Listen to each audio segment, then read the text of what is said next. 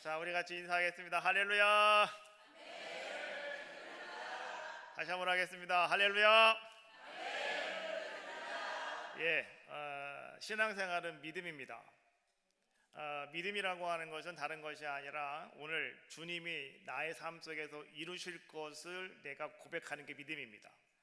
그래서 오늘 여러분들이 오늘 이 시간에도 우리 하나님께서 오늘 나를 통해서 축복하실 줄로 믿습니다.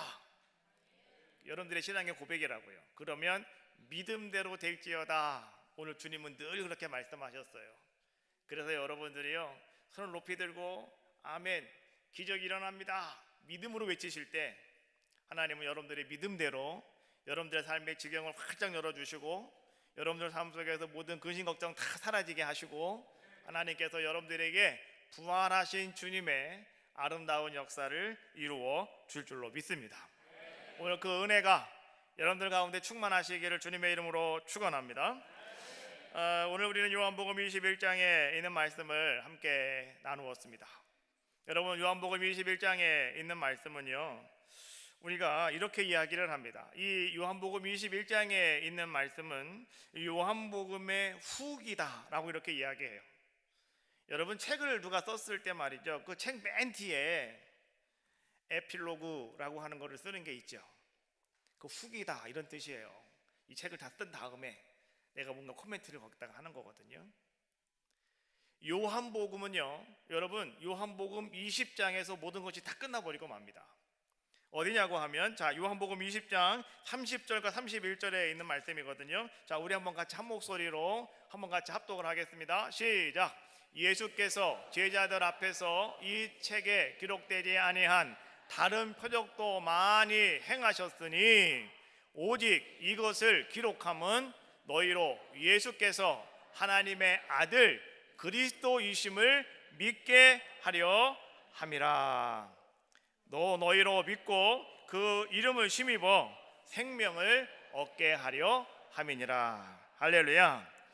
요한복음을 통해서 요한이 말이죠, 이 요한복음을 내가 왜 쓰게 되었는지, 요한복음을 여러분들에게 왜 전하게 되었는지 그것을 이야기하는데, 이 요한은 이렇게 결론을 내리고 있습니다. 이 책에는 기록되지 아니한 많은 표적과 많은 이적들이 더 많이 있다. 주님은 더 많은 것들을 행하셨다.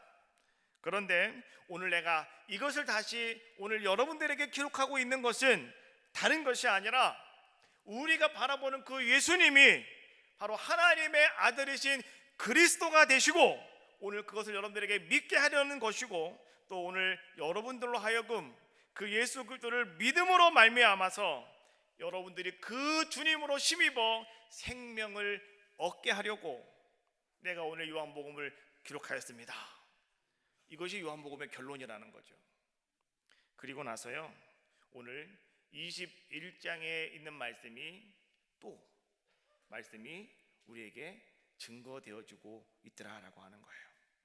많은 신학학자들은요, 이 21장에 있는 말씀을 그래서 이것은 요한이 기록을 한 것인지 아니면 그 이후에 다른 사람들이 이제 말씀을 기록해서 추가를 했는지 정확하게 알 수는 없지만, 그러나 많은 신학자들이 하는 공통된 의견은 무엇이냐고 하면 이것은 요한복음의 에필로그다, 요한복음의 후기다, 이런 뜻이에요. 자, 여러분, 이 21장에 있는 말씀이 요한복음의 후기다라고 하는 점에서 우리가 21장을 가만히 바라보고 있다면, 이 21장에 있는 모든 말씀들은요, 요한복음 20장까지의 모든 내용을 전제로 해서 오늘 이 말씀을 기록하고 있더라라고 하는 거예요. 갈릴리에서 고기를 잡고 있었던 7명의 제자들, 그들은요, 요한복음 20장까지의 말씀을 보면 그들은 다시 살아나시고 다시 부활하신 주님을 2번 이상 만났던 자들의 모습이었습니다. 그래서 예수님께서는요, 그들이 모인 곳에 찾아오셔서 주님은 뭐라고 말씀하셨습니까? 21장 말씀에 보니까 너희에게 평강이 있을지어다, 아버지께서 나를 보내신 것 같이 나도 너희를 보낸다.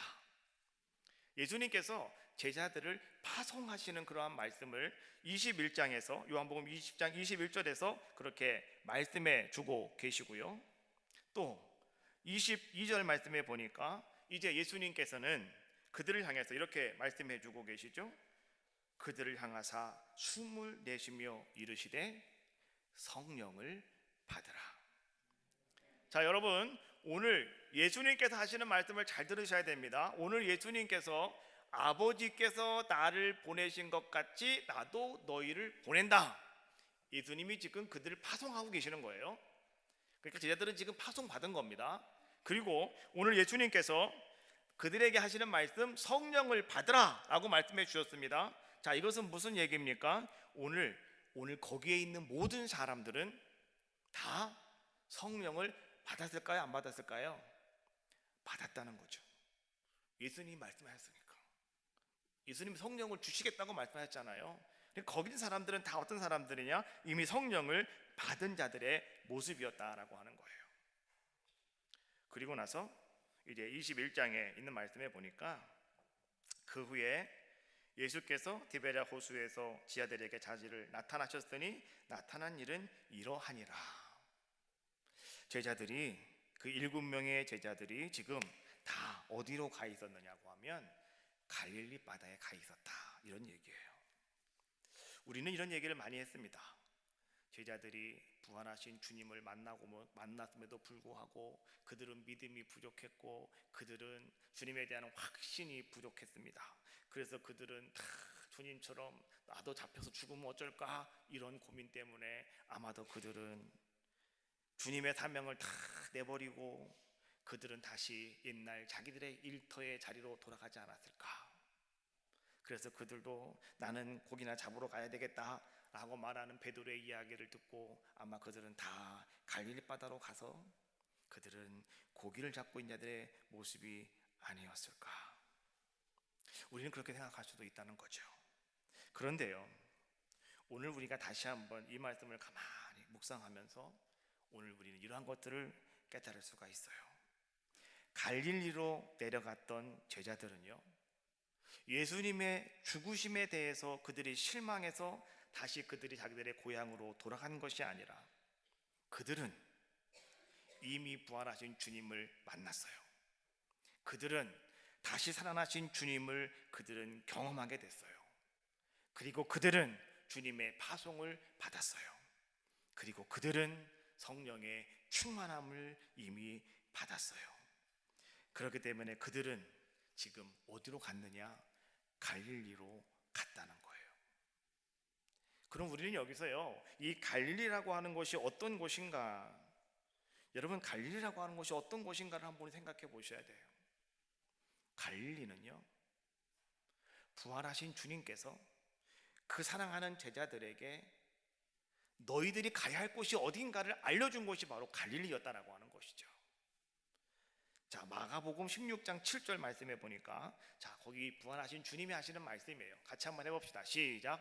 가서 그의 제자들과 베드로에게 이르기를 예수께서 너희보다 먼저 갈릴리로 가시나니 거기서 너희가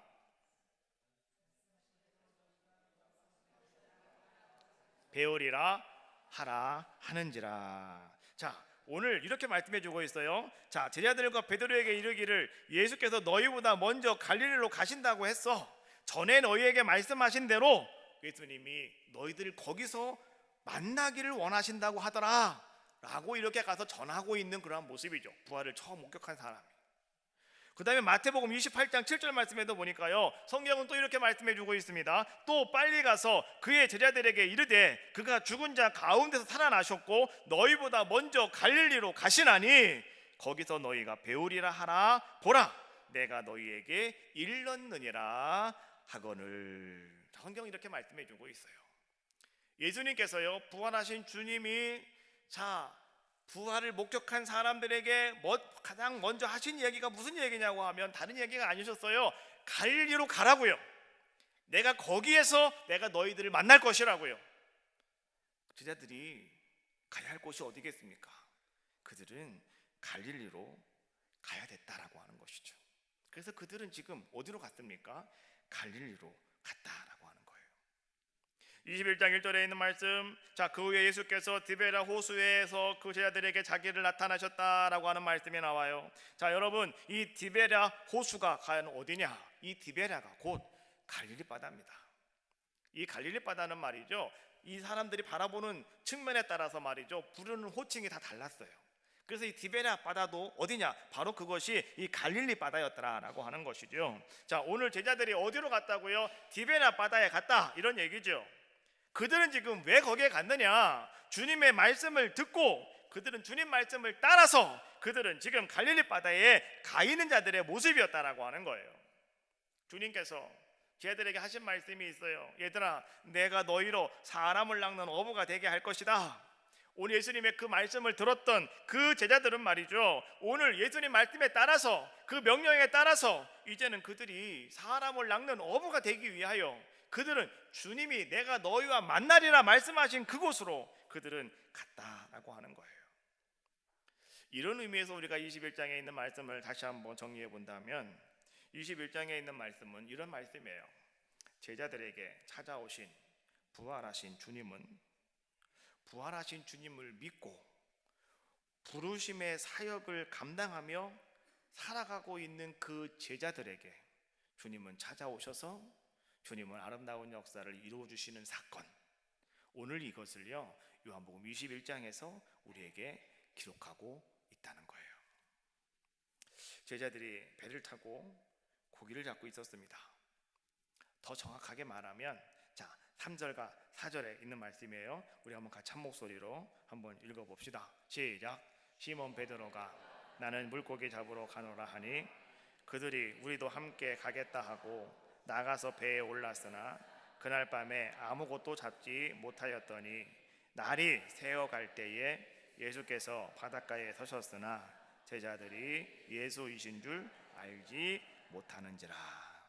자, 제자들이 배를 타고 고기를 잡고 있는 그 시간, 더 깊이 얘기하면 성경에서 우리에게 말씀해 주고 있는 것처럼 밤새껏 고기 한 마리 잡지 못하고 있었는데, 그런데 말이죠, 슬프게도 동이 터오고 있었다라고 하는 것이죠.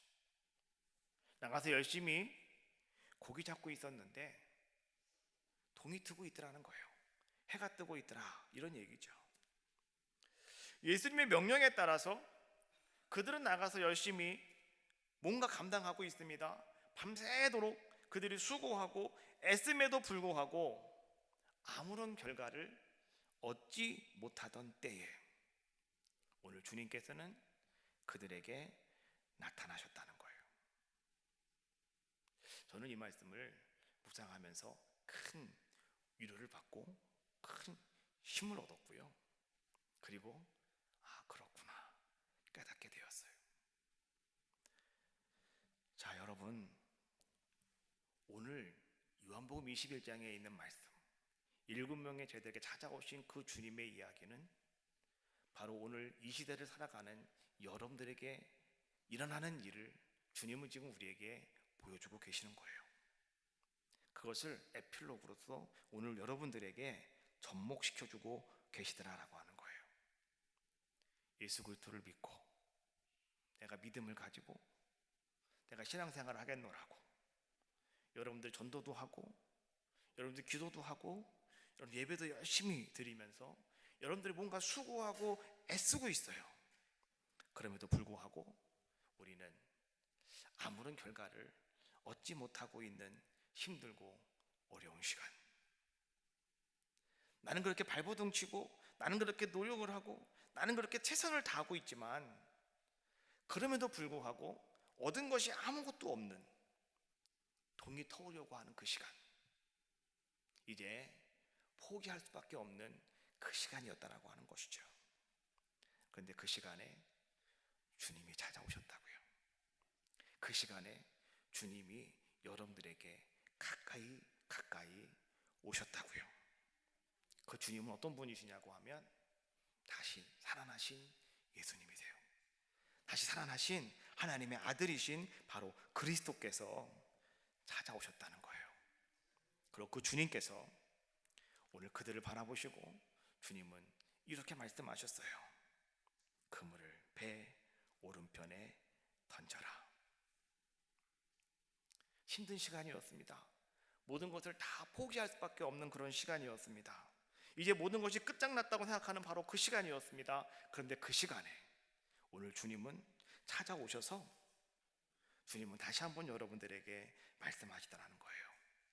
그물을 배 오른편에 던져라.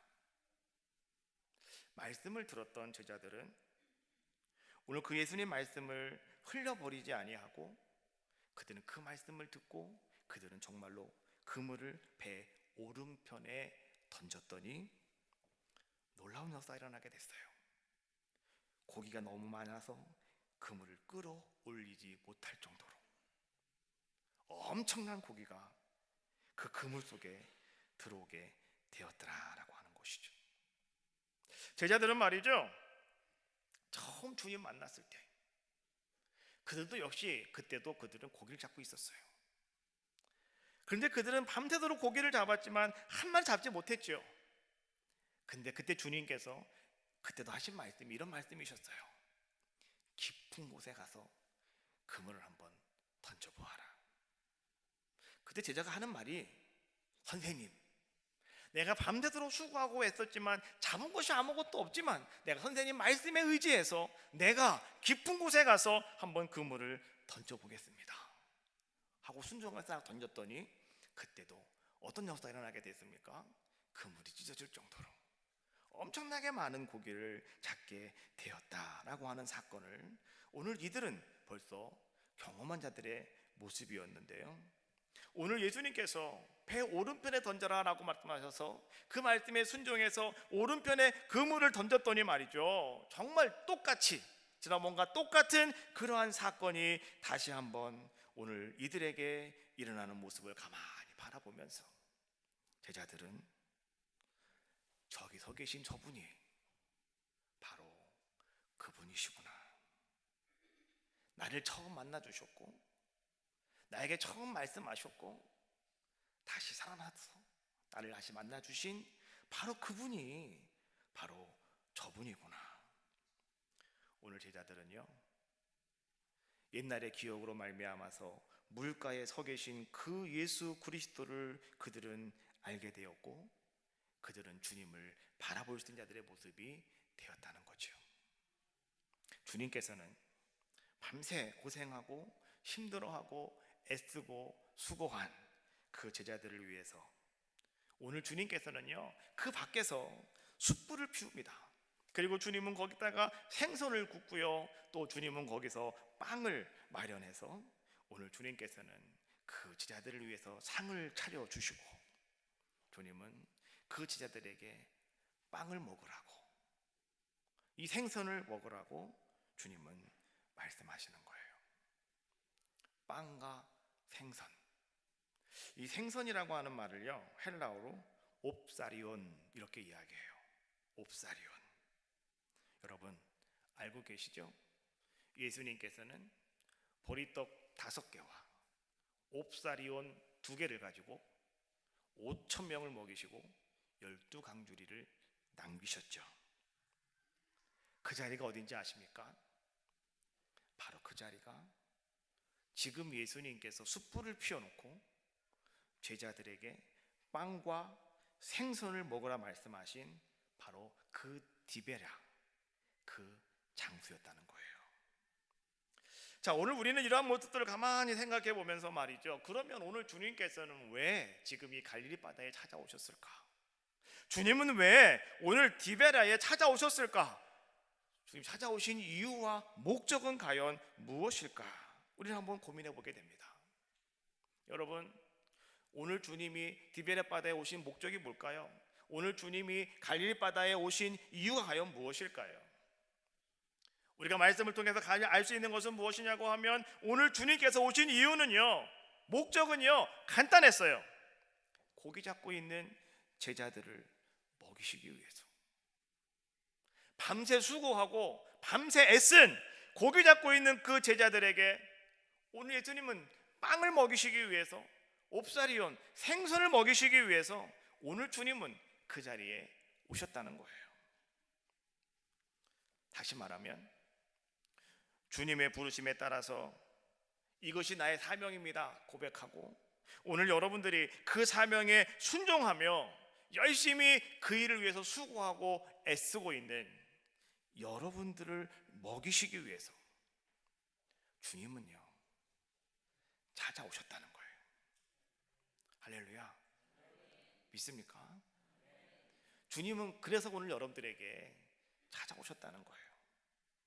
사명 붙잡고 말씀에 순종하며 내가 그렇게 살겠노라고 결단하고 살아가고 있는 여러분, 그러나 뭔가 열매는 맺히지 않고 눈에 보이는 거는 없고 너무너무 힘들어서 이제 끝인가 보다, 이제 내가 포기해야 되는가 보다, 이제는 아닌가 보다 라고 생각하고 있는 여러분들에게 오늘 주님은 여러분들을 먹이시기 위해서, 여러분들에게 먹을 것을 주시기 위해서 주님은 찾아오셨다는 거예요.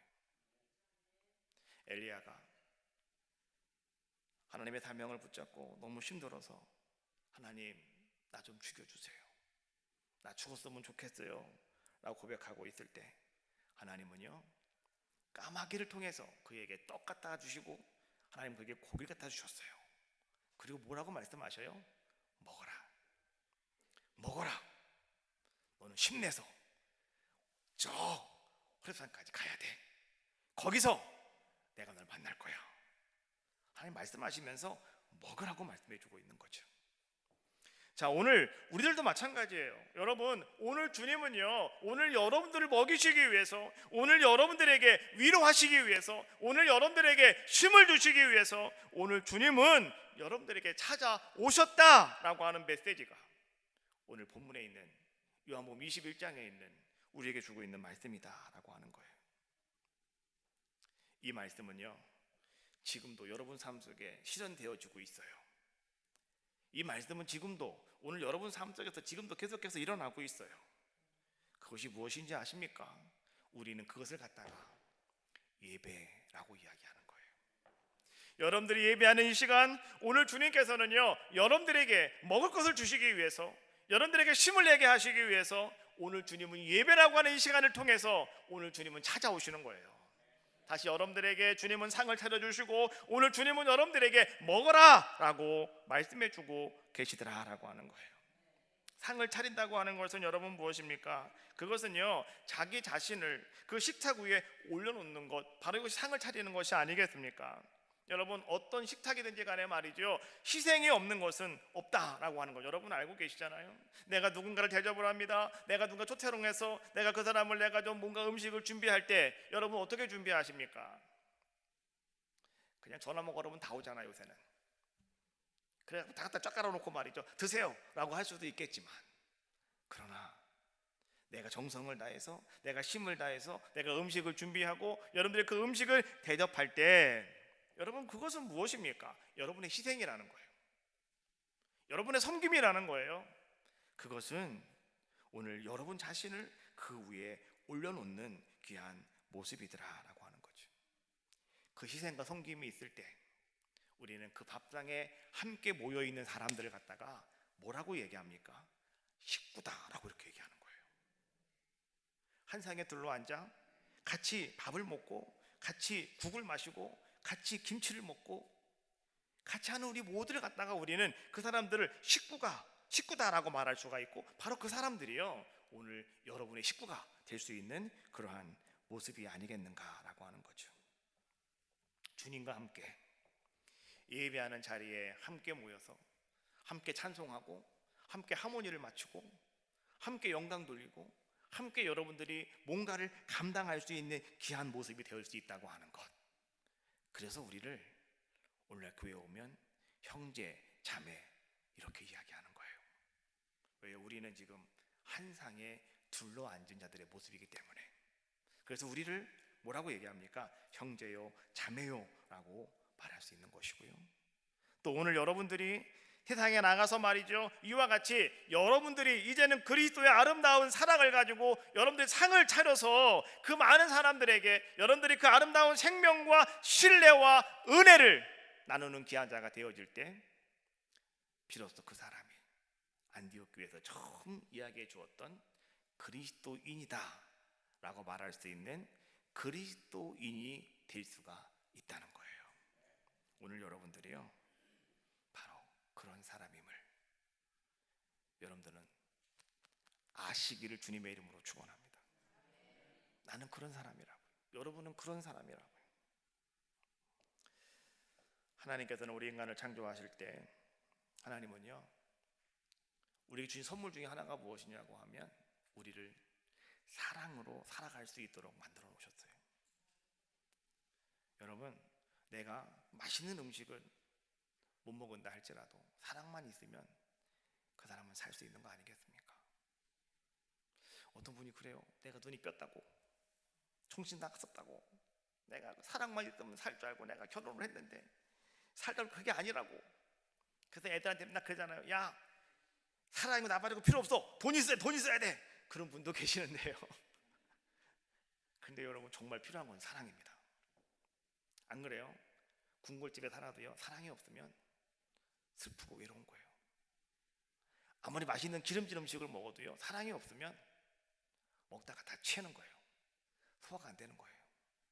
안 그렇습니까? 비록 먹을 것이 없어도요, 밥 한 그릇에 물 말아 먹은다 할지라도 거기에 사랑이 있으면 그 사람은 건강하고, 그 사람은 행복하고, 그 사람은요 정말 뭔가 소망이 있는 아름다운 삶을 살아가는 귀한 자가 되지 않을까. 하나님 우리를 그렇게 만들어 놓으셨어요.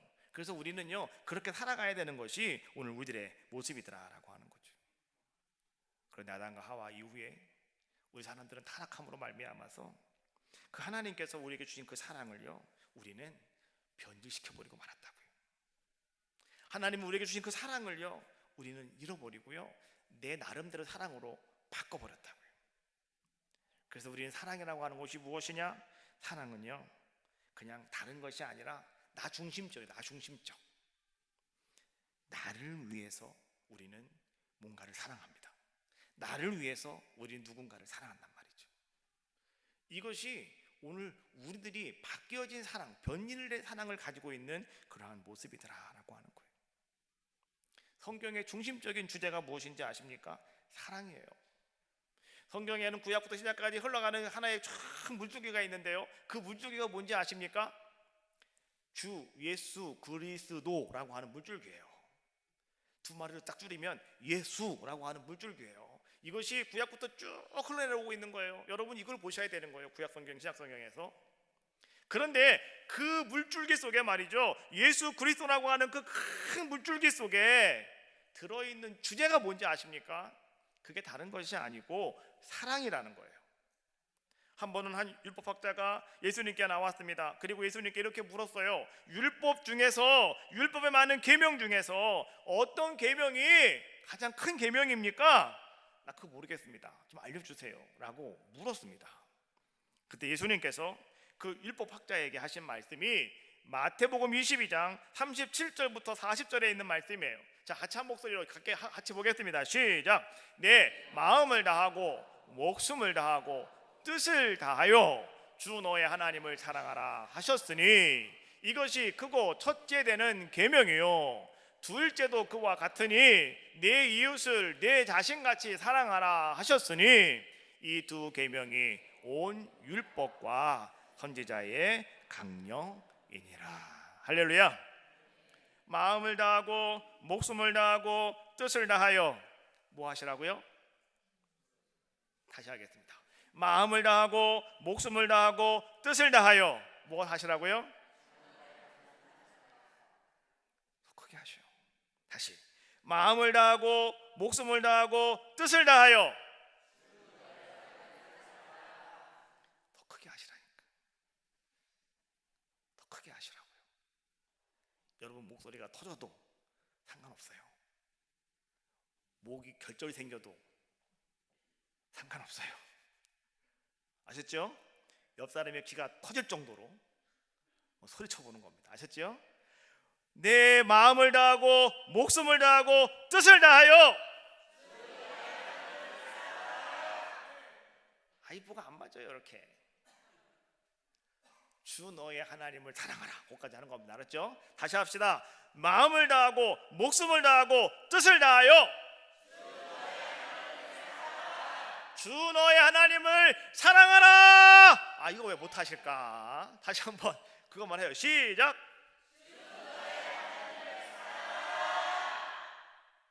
말도 안 하는 사람이 있어요. 입을 딱딱 벌린 사람이 있어요. 사탄이 그러는 거예요. 사탄이. 그거는 입을 크게 여세요. 네 입을 크게 열라, 넓게 열라. 내가 어떻게 하신다고요? 채우리라.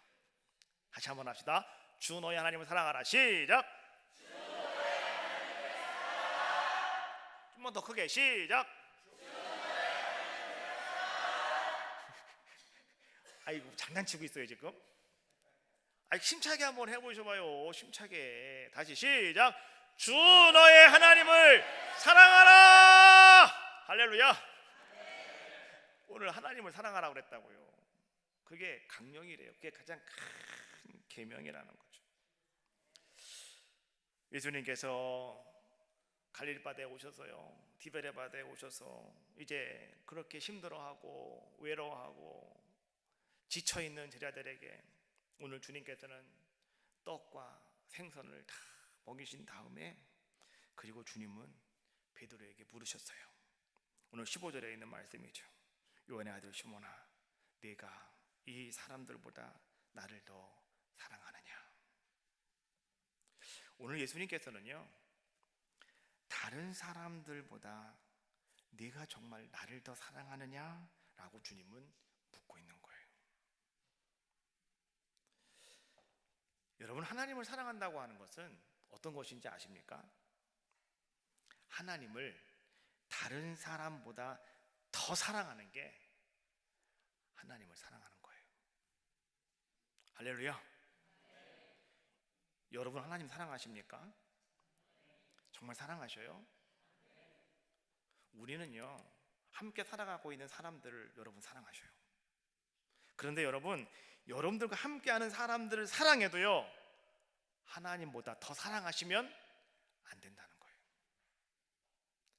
하나님을 사랑하는 것은 하나님을 다른 사람보다 더 사랑하면 절대로 안 된다라고 하는 것을 말씀해 주고 있는 거예요.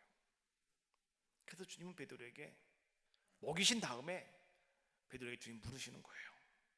네가 이 많은 사람들보다 나를 더 사랑하느냐고. 하나님은 아브라함에게도요 똑같이 물으셨어요. 아브라함아, 너 정말 나 사랑하니? 너 정말 날 사랑해? 그래서 하나님께서 아브라함에게 하신 말씀은요, 네가 100세에 낳은 너의 아들 독자 이삭을 나에게 번제로 바치라고. 하나님은 말을 좀 바꿔서 말씀하시는 거예요. 그게 똑같은 거예요. 네가 이 사람들보다 나를 더 사랑하느냐라고 묻고 있는 거예요. 그때 아브라함은요 고백했어요. 예, 주님, 아버지 하나님, 내가 정말 하나님만 사랑합니다. 그래서 아브라함은요 믿음의 조상이 됐고요, 그래서 아브라함은 복의 근원자가 된 줄로 믿습니다. 여러분, 우리는요 하나님만을 더 사랑하셔야 되는 거예요. 오늘 어린이 주일입니다. 오늘 어린이날입니다. 오늘 여러분들은 어떻습니까? 여러분들의 귀여운 자녀들보다 정말 여러분들은 주님을 사랑하고 계십니까? 오늘 어린이 주일이라고요.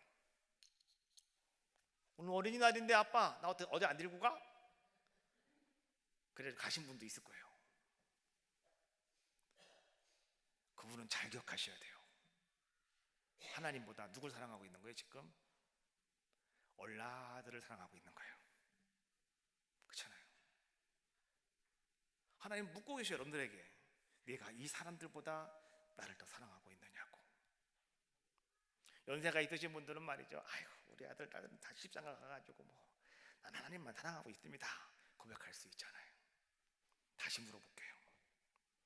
여러분의 귀여운 손자 손녀들보다 정말 여러분들이 하나님을 사랑하십니까? 손자 손녀보다 정말 하나님 사랑하시냐고요. 예, 손자 손녀들이 얼마나 귀여워요. 눈에 넣어도 안 아플 정도로 얼마나 귀엽습니까? 근데 그 손자 손녀보다 정말 여러분들이 하나님을 사랑하느냐고 오늘 주님 묻고 계시는 거예요. 오늘 여러분들은요, 내가 주님 사랑합니다 고백하는 여러분들의 귀한 아름다운 신앙이 되시기를 주님의 이름으로 축원합니다. 부활의 주님 만나고 부활의 주님을 경험하고 열심히 사명 감당하는 사람들에게 오늘 주님이 묻고 있는 질문이에요. 네가 이 사람들보다 나를 더 사랑하느냐? 두 번째 또 예수님은 질문하고 계셔요. 16절 말씀해 보니까 요한의 아들 시몬아 네가 나를 사랑하느냐? 오늘 주님은 다시 두 번째로 오늘 요한의 아들 시몬에게 묻고 계시더라라고 하는 거예요. 여러분, 요한의 아들 시몬은요 오늘 이 시대의 여러분이에요. 여러분 한 사람 한 사람을 가리켜서 오늘 주님이 그렇게 묻고 있는 거예요. 네가 나를 사랑하느냐고요. 두 번째 질문에 예수님께서는 말이죠, 누구 다른 사람을 비교하지 않아요. 비교 대상이 없어요. 그냥 주님은 물어요. 그냥 물어요. 정말 네가 나를 사랑하느냐고, 그냥 네가 나를 정말 사랑하고 있느냐고 주님은 그렇게 묻고 계시더라라고 하는 거예요. 여러분, 주님을 사랑한다고 하는 것은, 하나님을 사랑한다고 하는 것은요 무엇인지 아십니까? 그냥 하나님 그 자체를 사랑하는 것이 하나님을 사랑하는 우리들의 모습이 되어져야 한다라고 하는 것을 말해주고 있는 거예요. 사람들은 때때로 말이죠, 하나님보다 하나님이 나에게 주신 복을 더 사랑합니다. 때때로 우리는 말이죠, 하나님이 나에게 주신 지식을 더 사랑할 때가 있고요, 하나님이 나에게 주신 지혜를 더 사랑할 때가 있다고요. 여러분, 오늘 여러분들은 과연 어떤 모습이냐는 거예요. 정말로 여러분들이 하나님께서 여러분들에게 은혜를 베풀어 주심으로 말미암아 여러분들에게 주신 그 일자리를, 그 사업장을 여러분 혹시 더 사랑하고 계시지는 않습니까? 하나님보다 하나님이 여러분들에게 주신 그것을 더 여러분 사랑하고 계시지 않느냐고요. 하나님을 사랑한다고 하는 것은 다른 것이 아니에요. 하나님 그 자체를 사랑하시는 거예요. 하나님의 그 성품을 사랑하시는 거예요. 그리고 하나님이 나와 함께 하시니 내가 하나님 사랑합니다. 그 하나님을 사랑하는 것, 바로 여러분 이것이 오늘 주님이, 부활하신 주님이 사명 붙잡고 살아가는 여러분들에게 오늘 두 번째로 묻고 계신 질문이라는 거예요. 주님, 당신만 있으면 됩니다. 주님, 하나님, 당신만 있으면 됩니다. 고백하는 여러분들의 아름다운 믿음이 되시기를 주님의 이름으로 축원합니다. 마지막 세 번째로 또 주님은요 다시 한번 오늘 또 묻고 계십니다. 17절 말씀해 보니까 요한의 아들 시몬아 네가 나를 사랑하느냐? 오늘 주님은 다시 세 번째로 오늘 베드로에게 묻고 계시더라라고 하는 거예요. 이 세 번째 질문은 말이죠, 특별한 의미가 있는 질문이었습니다. 주님께서 첫 번째, 두 번째 계속 주님이 베드로에게 물으실 때요, 오늘 주님께서는요, 여러분이 성경에 있는 원본을 바라보시면, 원본에 있는 말씀을 보면은요, 우리는 똑같이 다 사랑 똑같은 말로 우리 번역이 되어 있으니까 다 똑같은 사랑인 줄 아는데요, 예수님이 물어보실 때 예수님이 사용하신 단어는, 동사는 무엇이냐고 하면 아가파오라고 하는 동사입니다. 이것은 뭐냐고 하면 여러분 잘 알고 있는 아가페, 뭔지 아셔요? 아가페, 이게 뭐예요? 처음 듣는 것처럼 쳐다보고 계셔요. 하나님의 사랑이라고 얘기했잖아요. 하나님이 주시는 사랑, 이것을 우리가 아가페 사랑이다라고 얘기하잖아요. 오늘 예수님은요 계속해서 묻고 계시는데, 주님은 계속해서 정말 내가 나를 사랑할 수 있냐, 그 물음이 정말 내가 나처럼, 하나님처럼 네가 그런 사랑을 네가 나에게 할 수 있느냐라고 오늘 주님은 계속해서 묻고 있는데요, 베드로가 예 주님, 내가 주님을 사랑합니다 라고 이야기할 때 베드로가 말하는 그 사랑이라고 하는 그 단어는요, 베드로는 계속해서 줄기차게 어떤 단어를 사용하고 있냐고 하면 필레오라고 하는 단어를 쓰고 있더라는 거예요. 필레오, 이것은 무슨 사랑이냐고 하면 우리들 인간들끼리, 친구들끼리의 사랑, 사람들끼리의 사랑. 오늘 예수님께서 베드로에게, 오늘 여러분들에게 정말 네가 나를 사랑하느냐? 하나님이 너를 사랑한 것처럼 네가 그렇게 나를 사랑할 수 있느냐? 라고 계속 묻고 계시는데요, 베드로는요 그때 계속해서 주님 앞에 대답을 할 때 그 주님, 나는 하나님의 아가페의 사랑이 아니라요, 나는 연약하고 나는 할 수 없어요, 나는 주님 내가 사랑합니다, 나는 근데요 필레오의 사랑밖에 못해요 라고 베드로는 계속해서 예수님께 고백을 하고 있는 거죠. 그 세 번째 주님께서 시온의 아들 시몬아, 내가 나를 사랑하느냐, 이 사랑이요, 예수님께서 두 번까지 물어보셨던 아가페오라고 하는 단어가 아니라 세 번째 그 단어는 펠레오라고 하는 단어를 주님이 쓰셨다는 거예요. 좋아, 그러면 정말 네가 그 필레오의 사랑, 좋다, 그건 할 수 있겠느냐? 라고 주님이 다시 베드로에게 물으셨다는 거예요. 그랬더니 베드로가 그 말을 듣고 성경에 보니까 근심하면서 베드로가 예수님께 대답을 했대요. 주님, 모든 것을 다 아시잖아요. 내가 주님을 펠레오의 사랑밖에 할 수 없다고 하는 것 주님 알고 계시잖아요. 베드로는 그렇게 지금 고백하고 있는 자의 모습이었다는 거예요. 여러분, 하나님은 여러분들에게 묻고 계셔요. 정말 네가 나를 믿고 정말 네가 나를 사랑한다면, 정말 네가 이 아가파오라고 하는 그 사랑을 네가 할 수 있겠느냐고. 근데 우리는 줄기차게 베드로처럼 말이죠, 나는 아가페오 사랑은 잘 못하겠고요, 나는 그냥 필레오의 사랑밖에 못하겠다고. 그때 주님은 세 번째, 좋다, 그러면 너는 그 필레오의 사랑이라 할지라도 그 필레오의 사랑으로 정말 네가 나를 사랑할 수 있느냐고 주님은 여러분들에게 묻고 계시는 거예요. 하나님을 사랑한다고 하는 것은 여러분 어떤 것인지 아셔요? 그것은 여러분들이 지속적으로 늘 하나님만 생각하는 거예요. 이것이 여러분들이 하나님을 사랑합니다 고백하는 여러분들의 모습이라는 거예요. 하나님을 사랑합니다라고 하는 것은 여러분 다른 것이 아니고요, 늘 여러분들이 하나님 옆에 머물고 싶어하는 마음, 여러분 이것이 오늘 여러분들이 내가 주님을 사랑합니다 고백할 수 있는 우리들의 모습이더라라고 하는 거예요. 사랑하는 사람이 생기면 언제나 우리는 그 옆에 꼭 붙어 있고 싶잖아요. 결혼하면 석 달 동안은 깨가 쏟아진다고 그러잖아요. 왜요? 같이 붙어 있으니까 그래요. 같이 붙어 있으니까. 그렇잖아요. 여러분들은 붙어 있어요? 떨어져 있어요? 이제는 나이가 드시면은 각자 각방을 쓰시잖아요. 왜 각방 쓰시는지 알아요? 이제부터는 왼수가 돼갖고 그래요. 이제 사랑이 없어. 이제 왼수야, 왼수 이제는. 그러니까 따로따로 사는 거야, 따로따로. 근데 여러분, 그때 비로소 우리는 주님을 사랑할 수 있는 자가 될 수가 있는 거예요. 안 그렇습니까? 그때 비로소 우리는 신앙에 철드는 거예요. 그때부터 우리는 똑바로 믿음 생활하고, 그때부터 비로소 우리는 내가 하나님만을 사랑합니다 고백하면서 긴긴 밤 하나님 내가 사랑해요 잠잘 수가 있는 거 아니겠습니까? 그러니까 여러분 불행하지 마시고 그냥 이것도 행복이다 라고 생각하시면 돼요.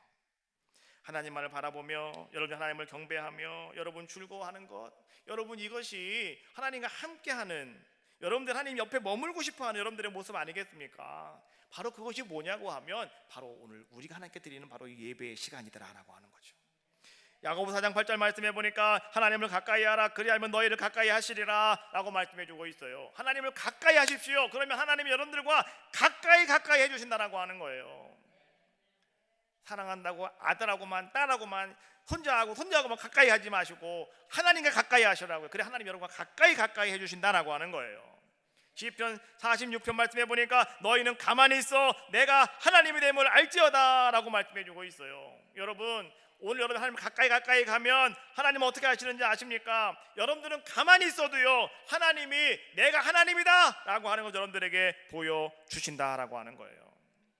또 여러분들 하나님을 사랑한다고 하는 것은 무엇이냐고 하면 여러분들 하나님을 기뻐하시는 아름다운 일을 행하는 것이 하나님을 사랑하는 우리들의 고백이더라라고 하는 거예요. 말을 하지 않아도요 그냥 내가 주님의 기뻐하시는 일을 감당하면 하나님은 아셔요. 그래, 네가 나를 사랑하는구나, 이거 알고 있다는 거죠. 맨날 아침마다 여보 사랑해, 여보 사랑해요. 그 말 들으려고 좋아하지 마셔요. 말하지 않아도 사랑하는 사람은 그냥 나오는 거예요. 사랑이 그냥 되는 거예요. 그렇지 않습니까? 오늘 여러분 마찬가지예요. 내가 주님을 사랑한다고 한다면, 정말 내가 주님을 사랑합니다 고백하고 있다면, 그 사랑하는 우리 주님께서, 사랑하는 여러분 하나님께서 여러분들에게 무엇인가 부탁하는 것이 있다면 여러분 어떻게 하시겠습니까? 여러분이 그것을 여러분들이 거역할 수가 있겠습니까? 사랑하는 자가 나에게 뭔가 얘기한다면 여러분들은요, 죽을 일이 있어도 가서 그걸 감당해 나가고 앉잖아요. 김미숙 집사님이 좋은 일이 생겼어요. 그래갖고요, 어저께 우리 장로님하고 어디를 갔다 오는데 장로님이 갑자기 나한테 그래요. 목사님, 떡볶이 어디서 사죠? 왜요? 떡볶이 사러 가야 된대. 왜요? 그랬더니 나는 장로님이 떡볶이를 먹고 싶어하고 떡볶이 사러 가는 줄 알았어요. 그랬더니 하시는 말씀이, 미숙이 집사가 떡볶이 먹고 싶다고 떡볶이 사오랬대요. 떡볶이 어디서 파냐고. 그래갖고 제가 맛있는 집을 섭외를 해가지고 제가 전해드렸어. 돈은 내가 안 냈어도요, 그거 내가 시켰습니다. 그거 아시겠죠? 전화해가지고 떡볶이 5분 뒤에 갈 테니까 빨리 해놓으시라고, 빨리 가지고 가시라고. 여러분, 사랑하는 딸이니까 하는 거요. 그렇잖아요? 사랑하니까 그거 들어주는 거 아니겠습니까? 주님을 사랑한다고 고백한 베드로에게 주님은 뭐라고 말씀하셨어요? 내 양을 먹이라. 내 양을 먹이라고 주님은 그에게 사역을 명령하셨다는 거예요. 여러분, 오늘 이 말씀은요, 주님이 여러분들에게 하시는 말씀이에요. 여러분 정말 주님을 사랑합니다, 내가 주님을 사랑합니다 고백하고 있다면 주님은 여러분들에게 똑같이 그렇게 말씀하셔요. 내 양을 먹이라고요. 여러분, 오늘 주님이, 사랑하는 그 주님이 여러분들에게 부탁하신 그것을 여러분 어찌 우리가 거역할 수가 있겠습니까? 내가 정말 주님을 사랑한다면, 주님이 나를 사랑하는 걸 여러분이 알고 있다면, 오늘 여러분 내가 주님을 사랑합니다 고백하는 것 어떻게 고백할 수 있냐고 하면 다른 것이 아니에요. 하나님이 기뻐하시는 그 일을 여러분들이 감당하시는 거예요. 그러면 오늘 여러분 주님을 사랑한다 귀하게 인정받는 귀하고 아름다운 자들이 다 될 줄로 믿습니다. 그 하나님의 사랑이 오늘 여러분들에게 충만할 때 하나님은 여러분들에게 어떤 은혜를 베풀어 주는지 알고 계십니까? 첫 번째, 여러분들의 인생의 방향을 바꾸어 주십니다. 지금까지 여러분들이 힘들고 어려운 삶 속에서도 하나님은 이제는요, 대어를 풍요를 누리게 하는 아름다운 삶의 방향으로 하나님은 바꿔주신다는 거예요. 지금까지 여러분들 삶 속에 어두움이 있었고 흑암이 있었고 슬픔이 있었고 괴로움이 있었다고 한다면 이제 하나님이 여러분들의 인생의 방향을 바꿔주시는데 어떻게 해요? 눈물을 싹 닦아주시고 여러분 속에 기쁨이 있게 하시고 여러분 삶 속에 소망이 있게 하시고 여러분 삶 속에 잘되게 하시는, 형통하게 하시는 아름다운 인생의 방향으로 하나님이 바꿔주신다는 거예요. 그리고 이제 하나님께서 여러분들에게 어떤 역사를 해주시냐고 하면 여러분 삶에 대한 나의 관점을 바꿔주신다는 거예요. 내가 아무리 말이죠, 내가 뭔가 하려고 해도요, 하나님이 여러분의 눈의 방향을 바꿔주시지 아니하면은요, 우리는 늘 그 자리에 있을 수밖에 없어요. 그러나 오늘 내가 주님을 사랑합니다 고백할 때 오늘 주님이 여러분의 삶의 관점을 바꿔주시는 거예요. 그래서 이제부터는요, 여러분이 하는 일이 가장 행복한 일일 것이고 여러분이 바라보는 것이 가장 행복한 자의 모습으로 하나님은 나를 이끌어 주신다는 거예요. 마지막으로 하나님께서는 여러분의 성품을, 여러분의 삶의 성품을 바꿔주신다는 거예요. 이제부터 여러분들은 감사하는 자가 되고, 이제부터 여러분들은 충성하는 자가 되고, 이제부터 여러분들은 헌신하는 자가 되고, 이제부터 여러분들은요 거룩한 자가 되어서 하나님이 기뻐하시는 아름다운 복된 삶을 살아가게 된다는 거예요. 이런 은혜가 오늘 부활하신 주님이 갈릴리에 찾아오셔서 오늘 그 제자들을 만나 주셨던 것처럼 부활하신 주님이 오늘 이 시간 여러분들에게 찾아오셔서 내가 나를 사랑하느냐 물으실 때, 나를 더 사랑하느냐 물으실 때 예, 제가 주님을 사랑합니다. 고백하시는 아름다운 역사가 임하시기를 주님의 이름으로 축원합니다.